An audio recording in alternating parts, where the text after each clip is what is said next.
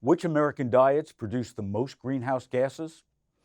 White American diets produce more greenhouse gases than that of other racial and ethnic groups here in the U.S.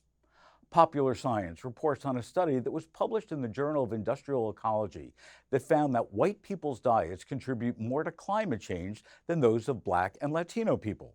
Specifically, researchers pinpointed foods with the highest environmental impact and determined their consumption rates among different demographic groups.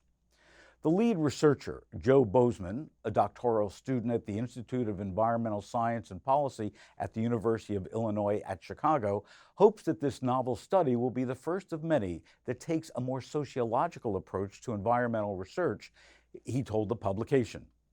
There's a lot more interesting research and publications done in other countries, Bozeman says. For whatever reason, there seems to not be as many clear and practical studies done on how race, food, and climate change affected folks here in the U.S.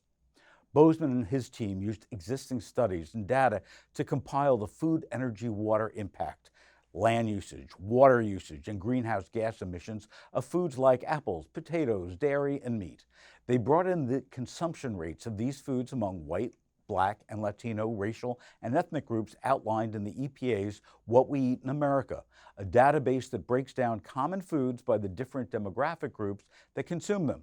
Using statistical tests, they determined whether or not the differences between the groups in the consumption of these foods were significant. While the study found that on average, Black people's diets use the most land per person, white Americans use the most water and emit the highest amount of greenhouse gases. Bozeman says that he hopes that we can begin to frame the conversation about adapting to climate change and coming up with climate change solutions with social sensitivity in mind.